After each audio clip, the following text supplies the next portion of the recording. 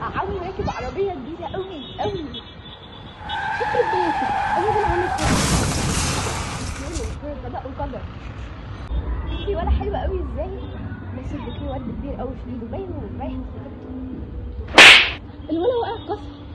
انا ماليش دعوه والله قضاء وقدر. شوفي جده اهو قد جده عنده 80 سنه ولسه بيمشي على رجله. يا بنتي اهدي شويه يا بنتي.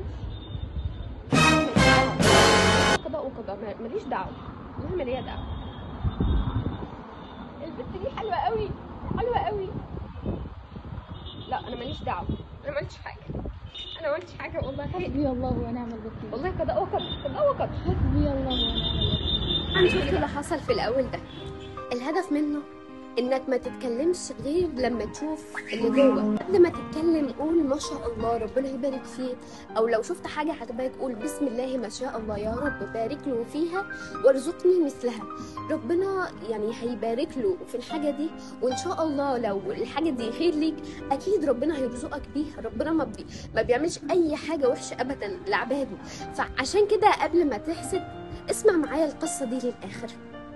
راجل معدي بعربية أحدث موديل بقى وشيك بقى وهدوم غالية وكده، فاتنين ماشيين على الطريق بسطاء على قد حالهم شوية، فبيقولوا شوف هي دي الناس اللي عايشة.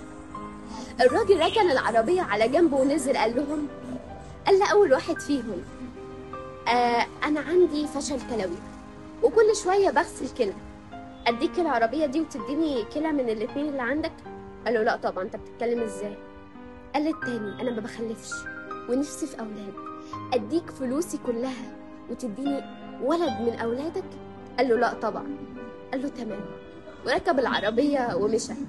الهدف من القصه ومن اللي انا عملته في الاول ومن الكلام ده كله ان في ناس للاسف كده ما بتشوفش يعني ما بتشوفش العقبات اللي الانسان بيمر بيها، بتشوف بس الانسان ده وصل لكذا، ما بيشوفش الانسان تعب قد ايه علشان يوصل لكذا ده. فقبل ما تشوف اي حاجه قول ما شاء الله. الى اللقاء في فيديو جديد ان شاء الله.